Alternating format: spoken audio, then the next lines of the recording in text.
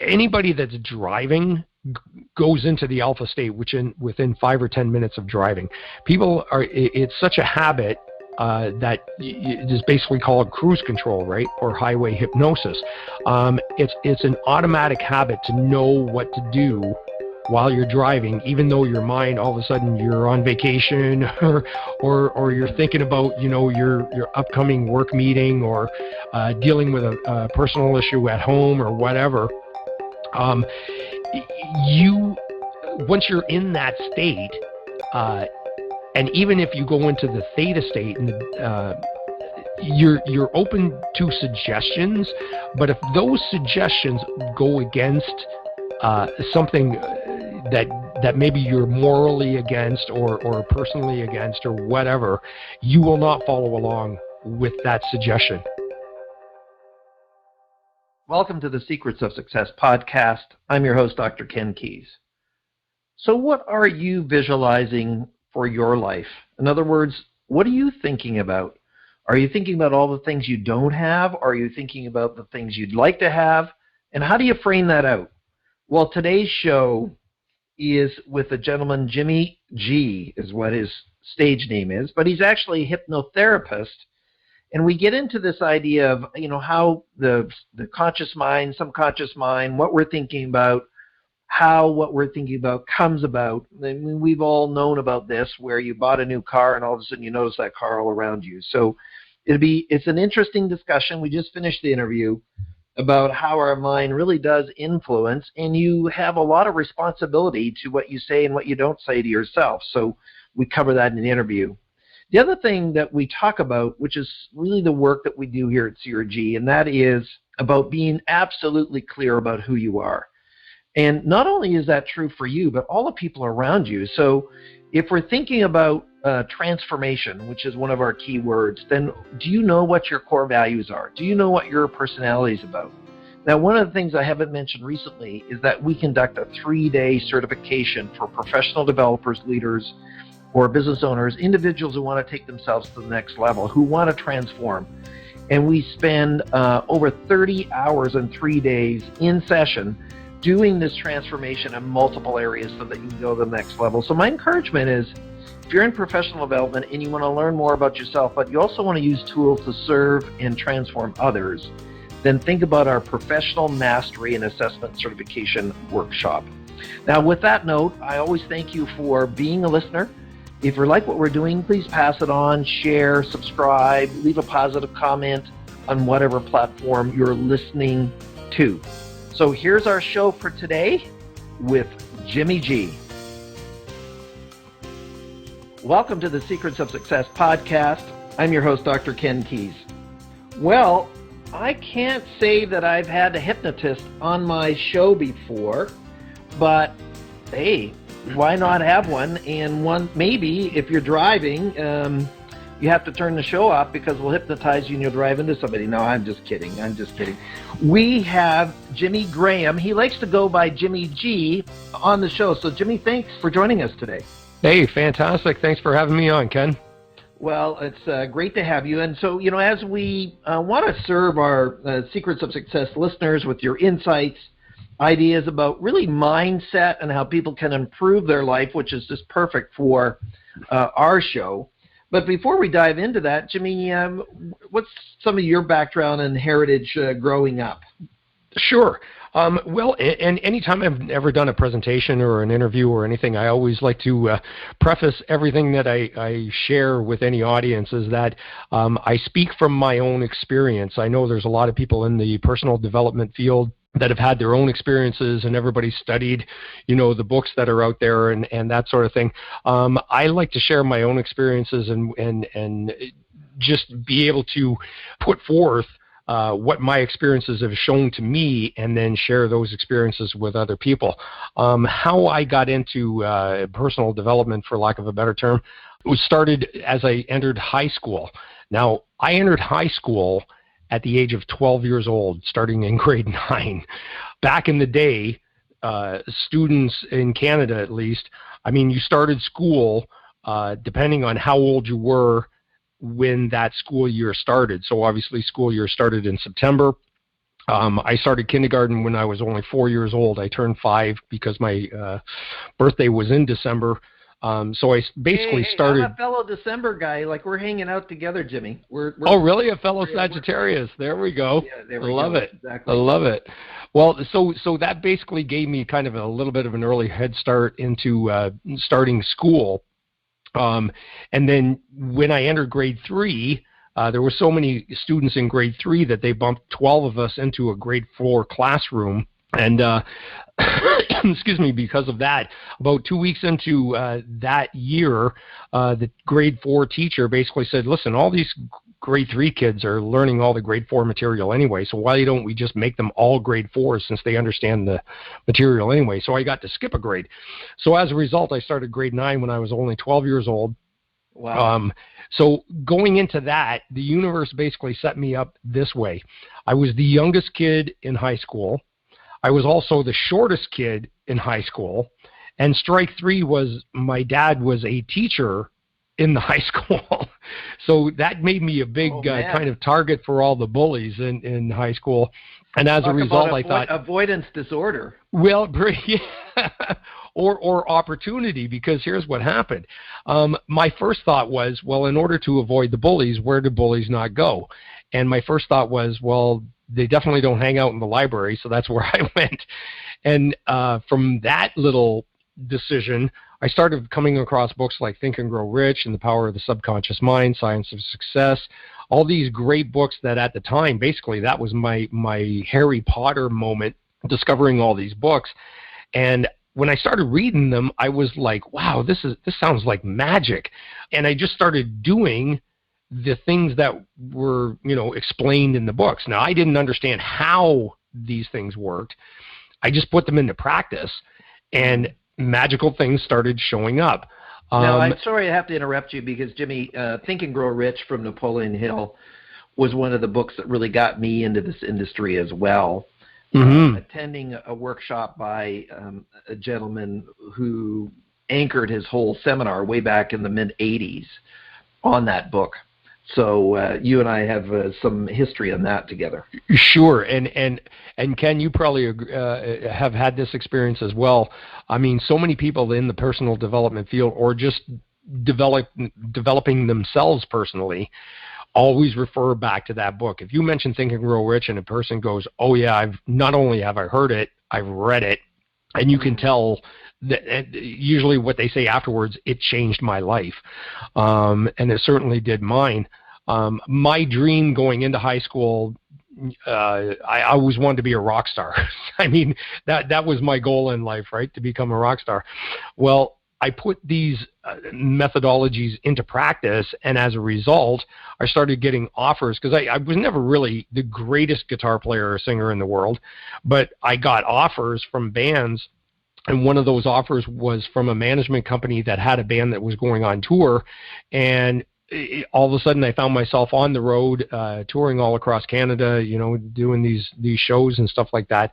And along that journey... How old were you at that time? 19. I moved to Windsor 19 to 20 years old. So yeah, it was around 1980, 1981.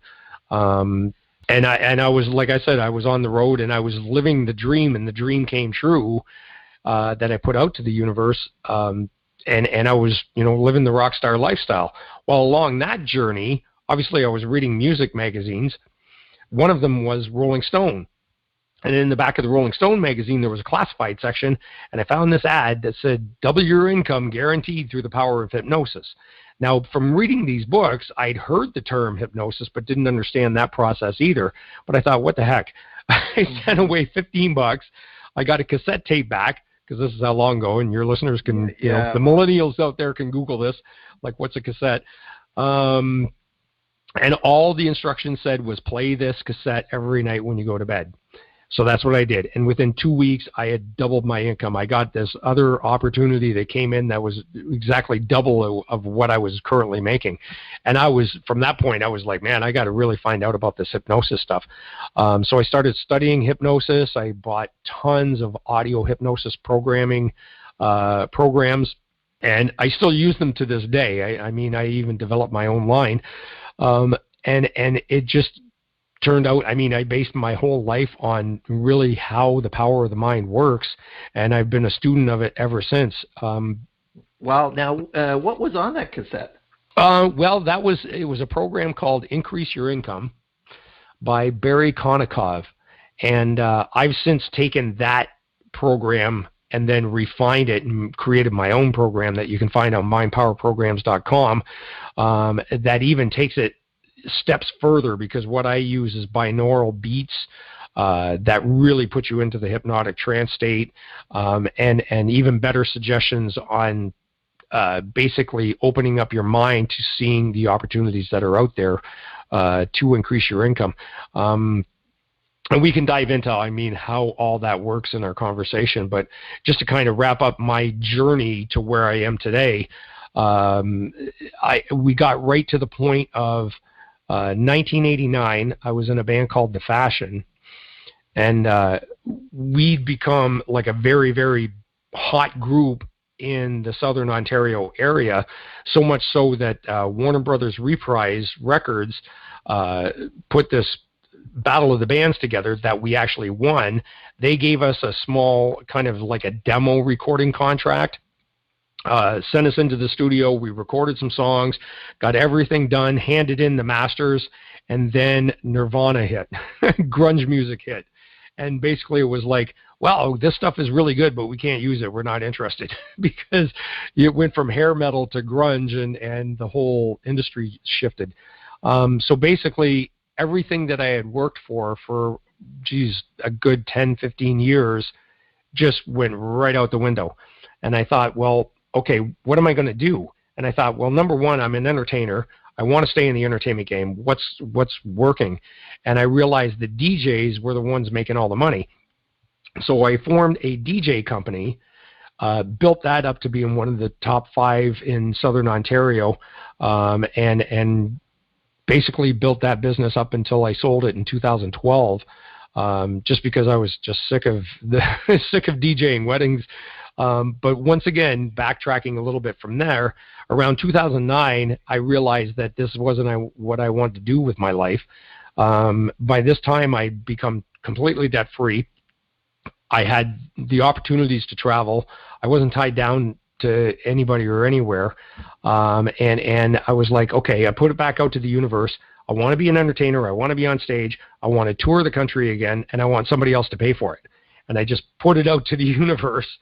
And that really tested my faith in, say, the law of attraction, the law of the power of the mind, because normally I had gotten so good at just putting things out there and they manifested that usually I knew, well, okay, I'm going to get my answer in anywhere from 2 days to 2 weeks. Well, this took almost about a year and a half. And then finally, one day I was cruising the internet, and there was this Google ad, how to become a stage hypnotist. And finally it was like, there's my answer. I'd seen hypnotist shows before. I understood the process of hypnosis, and I knew these guys toured all across North America and made great money doing these shows. I flew out to Vegas. I got trained by the biggest guys in the industry, and I've been a professional stage hypnotist ever since. So when did you go out and do that program? That was March of 2010 is when I flew out to Vegas for training. Now, this training was not how to be a stage hypnotist. This was training on how to build a stage hypnosis business. Up until that point, I had never hypnotized anybody else other than myself. I had never done a show, and by the time I hit Vegas, I already had 12 shows booked, even though I had never done one. You talk about faith in your ability to learn quickly. Yes, exactly. And here's something really cool, Ken, that your listeners really need to understand, is that when you put blind faith into something and you just go for it, and it's crazy how the things that will show up to help you along with that mission and that vision. Because I thought, okay, I'm going to fly out to Vegas to be trained by the biggest guy on how to build a stage hypnosis business, but I still don't know how to do a stage hypnosis show. So I thought, okay, well, I need to learn that part of the process. So I went online again, started just Google searching stage hypnotist, and I came across this guy that his videos were just absolutely amazing. He was walking out on stage, and you obviously are knowledgeable about the Calgary Stampede. Well, this guy was walking out doing shows at the Calgary Stampede and Red River Days in not Edmonton. What's the city between Edmonton and Calgary? Red Deer. Red Deer, yes. And I was watching these videos, and he had 20, 30 people walking up on stage. They'd walk right up to him. He'd look them straight in the eye and just drop them on the floor. And I was like, wow, this guy's absolutely amazing. I have to meet this guy. So I went to his website, and I contacted him. There was a phone number there. I phoned him up, and I said, listen, I want to learn what you do, right? And he said, okay, well, where are you located? And I said, Windsor, Ontario. He said, oh, great, I'm right around the corner. And I said, well, your website says Calgary. He said, yeah, but I moved from there. I live in LaSalle, Ontario, and LaSalle, Ontario is like 5 minutes from my house. I said, when did you move here? He said, November of 2009, which is right around the time that I put it out to the universe. It's like, I need to do something different with my life. And he became my mentor. 20 minutes after that phone call, I was sitting in a Tim Hortons with him, having coffee, and he took me under his wing and taught me everything I know about how to produce a stage hypnotist show. So, I mean, that's really, once you understand how powerful the mind is, just amazing and magical things will happen. Mm.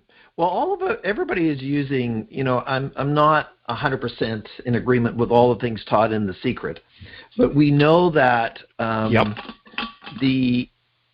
we are all attracting something. If people are using it if they want to or not, right? Yes. So the reality is, why wouldn't we want it to be positive? Now, in your sort of bio that you gave us, you said there's the number one word you must eliminate to become successful. What is that word? The number one, geez, yeah, I sent that to you. There is so many different words, but probably the number one word is can't. Because when people get a goal and then they actually look at the process it takes to achieve the goal in a conscious state, they tend to go, I don't know if it can be done. Maybe it can't be done, right?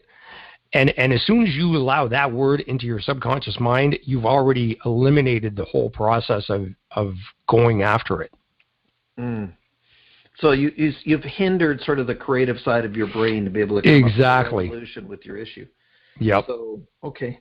Well, I actually want to dive in a little bit if we can, Jimmy, because I haven't had somebody that does this for a living on the show before. And I'm hoping that the listeners, really as an advocate on their behalf, are somewhat curious about how this works. So I've been to shows, and I've seen it done. But how is it you get total strangers to go on stage and get into this hypnotic state? How does that actually work? Yes. And this is something that comes up every time, especially when I'm dealing with corporate clients who want to bring me in to do either an entertainment presentation or even talk to their sales teams about the power of the mind. Mostly, though, it's when they want to bring me in for an entertainment presentation.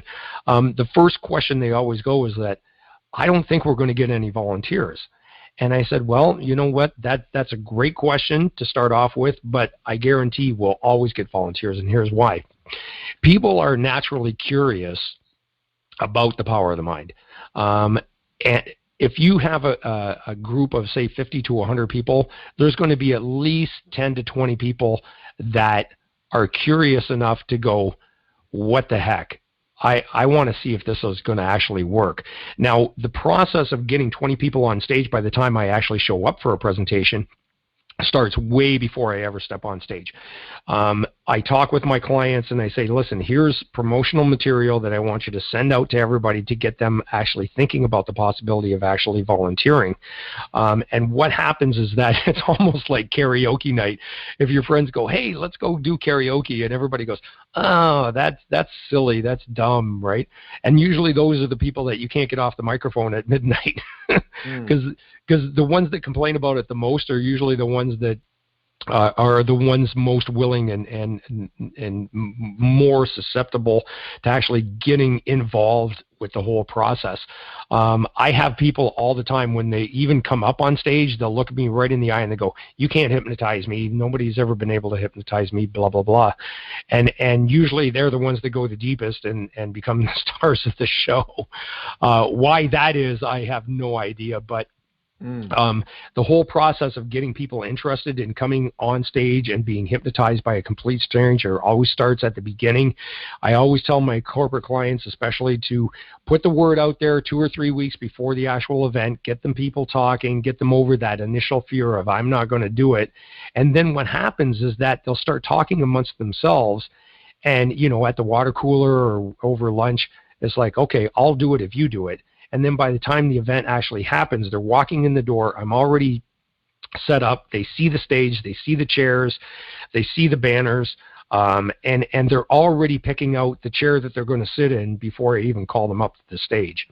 Cool. So there's a whole psychological process that goes into building up that momentum before I finally do, you know, open the stage up and say, come on up and let's have some fun.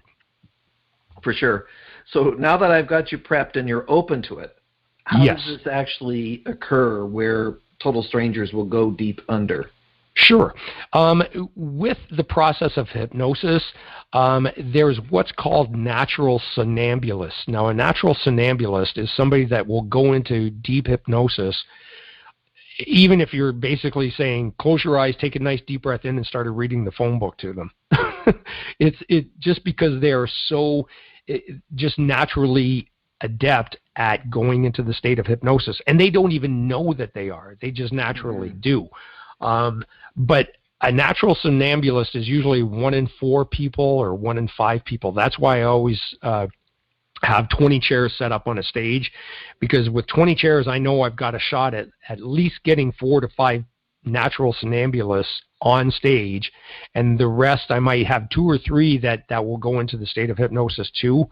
And pretty much with any stage show, I usually whittle it down to the best 8 or 10 subjects.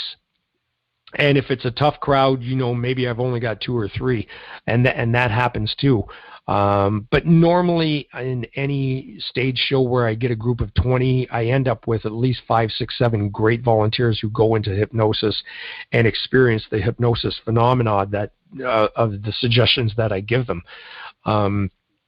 So once again, I mean, it's basically a crapshoot every night that I do these things. People always ask me, what's the show going to be like? And I go, I have no idea. I don't know any of these people, and I don't know who I'm going to be dealing with until I get them on stage. Mm-hmm. Well, the process is the same, as your subjects are unique, and that's something that's unpredictable, even for themselves. Even if somebody wants to go under, some of them don't, do they? Yes. And here's something that's always fascinated me. I make it a point of talking to the people that don't go into hypnosis, and I make a point of talking to them after the show, because I'm always curious to say, okay, listen, you willingly came up on stage, you willingly sat in the chair, you willingly closed your eyes, then what happened internally? And 9 times out of 10, Ken, I get this response. I wanted it to happen so bad that I was thinking about everything that you suggested. And I thought, there's the key. You were consciously thinking of the process. Therefore, you weren't allowing your conscious mind to shut off. And once your conscious mind does shut off, that is the state of hypnosis. It happens every single night any of us go to sleep at night. Right now, we are in the beta stages of consciousness. We're consciously aware of what's going on. The listeners are consciously aware that they're actually listening to this program. But once you start allowing the conscious mind to shut off, you're now entering the state of alpha. And if you go deep enough, then you will go into theta. And then once you actually fall deep into sleep, it's delta. So anytime you go to sleep at night, you're automatically going into the states of hypnosis. The people that are on stage that don't go into states of hypnosis are consciously aware of everything that's going on, and they're consciously trying to make themselves go into hypnosis. That's why it doesn't work. So it's really not, it doesn't work when it's forced. Now, when people are in hypnosis, and I want to get into the benefits for the listeners real quickly here. Sure, yes. Are they aware of what's being done to them? Here's the really fascinating thing about the states of hypnosis. Now, if you're in the alpha state, anybody that's driving goes into the alpha state within 5 or 10 minutes of driving. It's such a habit that it is basically called cruise control, right? Or highway hypnosis. It's an automatic habit to know what to do while you're driving, even though your mind, all of a sudden you're on vacation or you're thinking about, your upcoming work meeting or dealing with a personal issue at home or whatever. Once you're in that state, and even if you go into the theta state, you're open to suggestions, but if those suggestions go against something that maybe you're morally against or personally against or whatever, you will not follow along with that suggestion. As a matter of fact, that suggestion, if you don't want to go along with it or it goes against your morals or your values, will probably pop you out of the hypnotic trance state very, very quickly. A case in point, actually 2 cases in point. I did a show one time where this woman was hopping around like a kangaroo. She was answering her shoe phone, doing all sorts of, her belly button went missing, all sorts of phenomena. And she totally believed everything of those 3 things happening and experienced that hypnotic phenomena. But then I told the whole group, I said, listen, for $10,000, we're going to do a dance contest. The winner with the best dance moves is going to win $10,000 on the count of 3. 1, 2, 3, boom. The music started. Everybody jumped up and started showing off their best dance moves except for her. She just sat in the chair. And so everybody else is dancing. I went over to her and I said, listen, start dancing. You could win $10,000. She said, I don't like to dance. I said, are you sure? She said, I do not like to dance. I've never danced. I don't like dancing. And I said, okay, sleep. And she went right back into the hypnotic trance state. And then for the rest of the show, kept answering her shoe phone and still believing her belly button was missing. But she did not want to dance. She did not like dancing. Therefore, even though she stayed in the hypnotic trance state, she just would not dance. I've got a video on YouTube of a woman that I said, okay, on the count of 3, you're going to not remember your name. 1, 2, 3, boom. What's your name? And she could not remember her name. And I said, oh, wait a minute. 1, 2, 3, your name is Bob. Boom. And I said, what's your name? And she looked at me, with the strangest look, and I said, what's your name? She goes, I have no idea. I said, well, from what I heard, it's Bob. She goes, it's not Bob. She just refused to acknowledge that her name was Bob. Even though she could not remember her real name, she would not buy into the concept that her name was Bob either. Oh, good. Now, when we think about all this work, Jimmy, how does this help the listeners? How does hypnosis, or as you covered in your book around visualization, how can we use these concepts and what you're doing there to improve our lives? That's a great question. The big thing that I write about in Master Your Matrix, which is the book that you just mentioned, is the fact that it really explains the power of the three minds. Now, a lot of people have heard of the conscious mind and the subconscious mind. We also have a superconscious mind, which is actually our soul, our deep meaning for why we're actually here and why we exist. We don't need to get into that right now, because for the listeners that do want to use hypnosis, visualization, everything basically is hypnosis. When you're programming your mind, basically you're hypnotizing yourself. Which I also explained in the book as well. But to understand how the conscious and the subconscious work, a lot of my colleagues in the hypnosis field will always argue or tout that the subconscious mind is the most powerful mind, and I disagree with that. I firmly believe that the most powerful mind is the conscious mind, because the conscious mind is what either lets in suggestions to the subconscious mind or refutes them. The subconscious mind is basically like a computer hard drive. It will actually store suggestions, and once you've basically stored a suggestion and you believe that suggestion on a subconscious level is correct, then you will start acting upon it. And that's why a lot of hypnosis or hypnotists and hypnotherapists always say that the subconscious mind is the most powerful, because once you're starting to basically operate on autopilot, which most of society does, you're just operating on those suggestions that you've allowed into your subconscious mind that have taken root, and then now you're just operating on whatever those belief systems are. And if you're not using the conscious mind to go, wait a minute, that does not make sense. It's like if I want to lose weight, but every time I'm stressed out, I go to the fridge and eat another piece of chocolate cake. If you're doing that on a subconscious level, the cake is already in your mouth and swallowed before you consciously going, well, maybe that was a bad idea. If you're operating on a conscious state, you're going to the fridge, opening the door, seeing the chocolate cake and going, if I eat that, I'm not going to lose any weight, so maybe I shouldn't do this, right? So therein lies the difference of how you can utilize the conscious mind to program the subconscious mind in a powerful way, and you can do this both positively as well as negatively. If you're just going, oh, I'm stressed out and I just deserve a treat, and you eat that piece of chocolate cake, well, you're programming your subconscious mind, every time I'm stressed out, I'm going to eat chocolate cake, as opposed to consciously going, you know what, every time I'm stressed out, I'm going to put my workout suit on and I'm going to go out and I'm going to power walk for 20 minutes.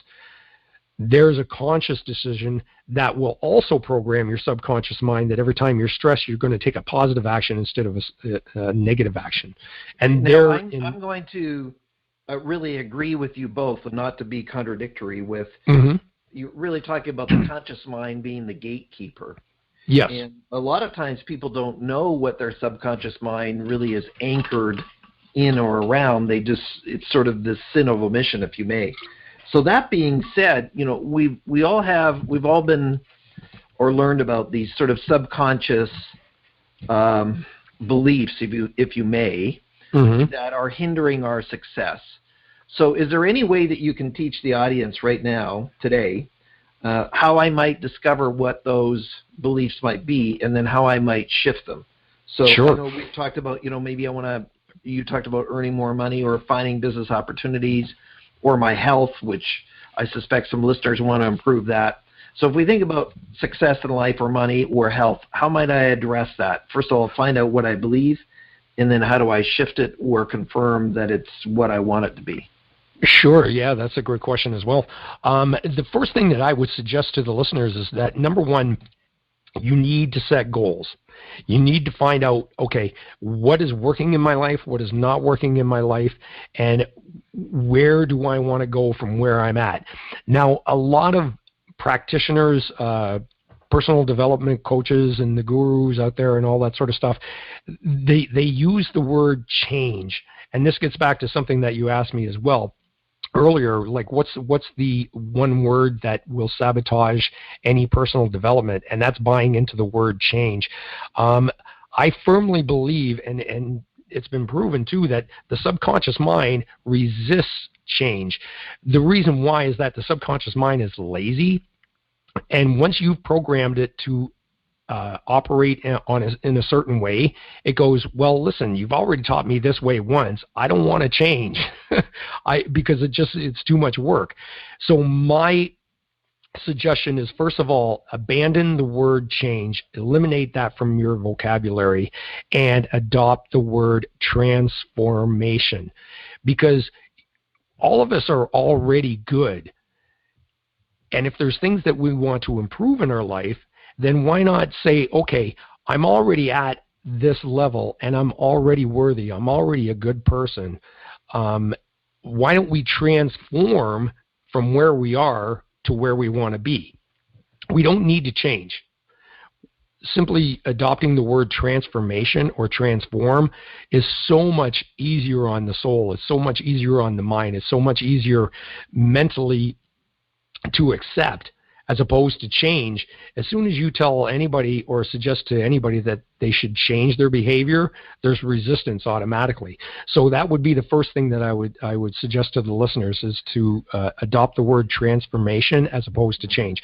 The second thing is that once you have a goal on where you want to go, write it down. The physical action of writing something, a thought, and putting it down on a piece of paper it transforms a thought into a thing. If you keep a thought just in your mind, it will dissipate. But if you write that thought down, now it's there. Now it's an actual physical presence in the world, in the universe. And then now you can concentrate on that goal and start to visualize that in your mind.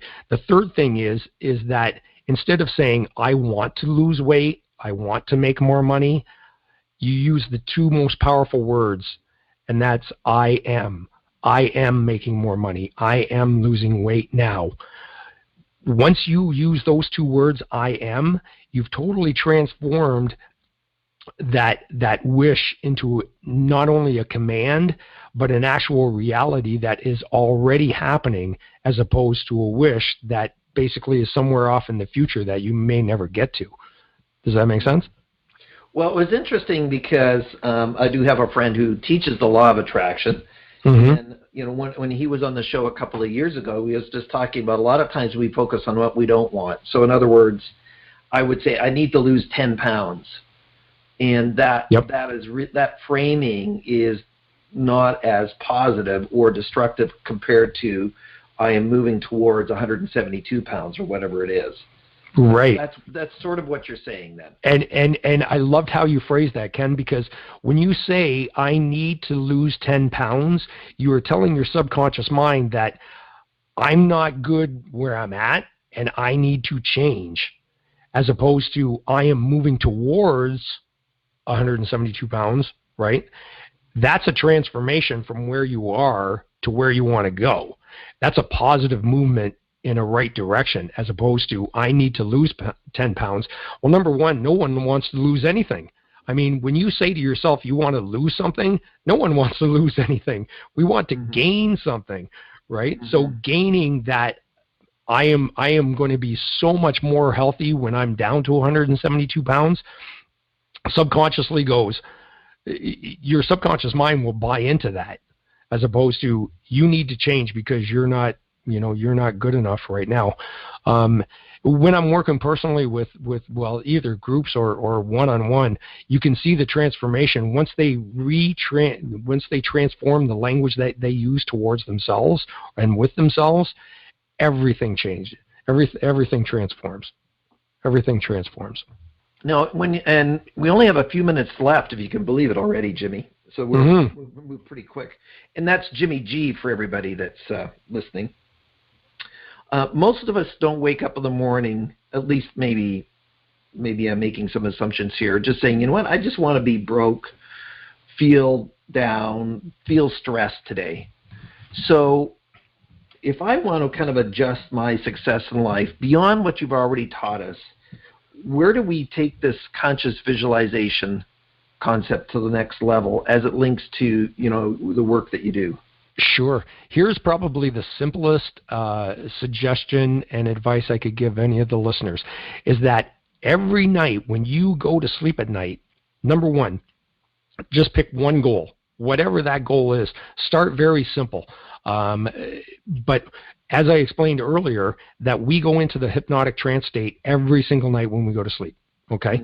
So when you lay down your head on the pillow, whatever that goal is, you start just repeating to yourself and visualizing whatever that goal is, stating in the I am phrase, I am now 172 pounds, if that's the goal. I am now making an extra $200 a week, whatever the goal is. And you just repeat that to yourself, and you just see that actually happening. Now, you don't ever want to try and force the how it's going to happen. You leave that up to the universe. You simply say, I am now making $200 more a week. I am now making, $5,000 a month or $10,000 a month or whatever that goal is. And then you just let the universe and the subconscious mind do its job. Don't worry about the how. Don't worry about the why. Don't worry about the when. You can put a date on it. Some gurus and personal self-development coaches say you should date it as well. I kind of like to leave that up to the universe, because I have learned over my experiences that the universe works in strange ways, and sometimes it needs to take care of certain things first before it can take care of the final request. But the thing to remember is that once you've done that statement as you go to sleep at night, when you're waking up in the morning and you're in that hazy daisy dream state, well, guess what? That is the hypnosis state again. So you want to refresh and restate that goal again, and then go about your day. And the final piece to that puzzle is pay attention to the things that show up.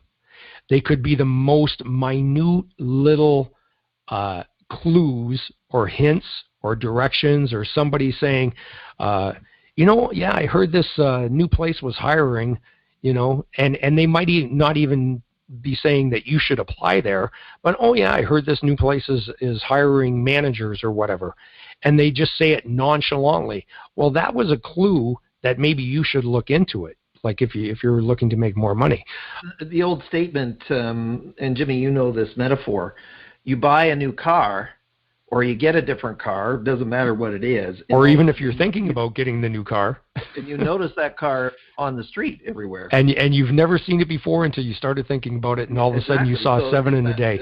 It's that top of mind. Now, our time's almost up, but I want to make sure that people know about how to get a hold of you and also your book. So share what's the best way to find out about you, and also the name of your book and where they can get it. Yes. Perfect. The name of the book is Master Your Matrix. It's on Amazon. You can order the digital copy or the paperback copy. Definitely, it's a great read, and it really explains the concepts of how the mind works and how powerful that 6 inches of real estate between your ears truly is. So Master Your Matrix is on Amazon. My MindPowerPrograms.com website has a number of guided meditation self-hypnosis programs that you can download from anywhere from $20 to $30, Canadian, by the way. So for all the American listeners out there, you're getting a 30% discount. And MindPowerPrograms.com, there's a number of programs there. And how to get a hold of me, the best way is through MindPowerPresentations.com. That's my main website, and all my links to MindPower Programs, Hypnotist, Jimmy G, all the sub websites that I have are all linked there. So and we'll make sure, Jimmy, they're all in the show notes. So if somebody's driving right now and you don't remember all of the exact spelling, we'll make sure that you can just check it on the show notes on whatever platform you're listening on. So that'd be fantastic. MindPowerPresentations.com. So Jimmy, thanks for being with us. Boy, the time's already gone, and obviously we'd like to spend more, but we want to honor our listeners for today. If you were to wrap up with a couple of tidbits of wisdom beyond what you've already shared so that people can take their life to the next level, what would that be for them today?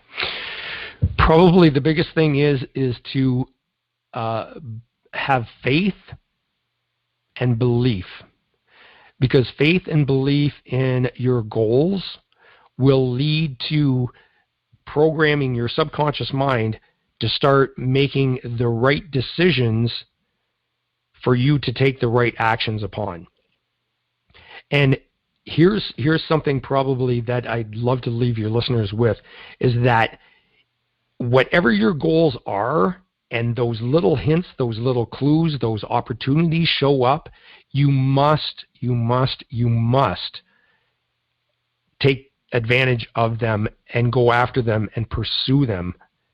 Because here's what happens. If you are putting out to the universe that you want this, these are your goals, you're doing your I am statements and all that stuff, and then the opportunities actually show up and you don't take action upon it, you're basically telling the universe, as well as yourself, is that you're not serious. And then those opportunities will simply disappear. And I think this is probably the biggest reason why people that, you mentioned The Secret earlier, and I totally agree with you, is that it basically said, well, just think a thought and it'll automatically appear. Well, it doesn't really work that way. What the law of attraction basically states is that when you think a thought, that, like the new car example that you brought up, that new car might show up 7 times a day in your life, but that doesn't mean you have it. It's in your life, but you don't have it. The law of creation states is that once you start taking advantage of those opportunities and you act upon the opportunities that come up, then that will be actually in your life as opposed to just seeing it in everybody else's life. Well, on that note, Jimmy, and of course we could probably go on, thank you very much for being a guest with us today. Ken, it's been an absolute pleasure. I'd love to be back on. Anytime that you'd love to have me back on, I'd be right here for you. Well, we appreciate it. Stay on the line there, Jimmy. So listeners, let's think about transformation and not change. Let's visualize what we want. And as Jimmy has said, think about one goal in the evening before you go to bed, and then reiterate that or refresh that when you wake up. And just focus on that and just kind of be in that space and allow yourself to say, what do you want to move towards versus away? I make that mistake too, where I say, listen, I need to lose 10 pounds. I even said that after Christmas this year. So I'm guilty as charged. But it's really what do you want to move towards rather than sort of beating yourselves up. As always, thank you for providing us with your most precious commodity. That's your time. If you like what we're doing, just share it, pass it on, let other people know on whatever platform you're listening to. I'm your host, Dr. Ken Keis. Thanks for exploring the secrets of success with us. If you want to keep the momentum going, log on to crgleader.com. Scroll to the bottom and sign up for our inspirational emails. You can also take your success to the next level by following us on Facebook and Twitter and connecting with Ken on LinkedIn. We hope you have a great week and look forward to you joining us next time for the Secrets of Success podcast with Dr. Ken Keis.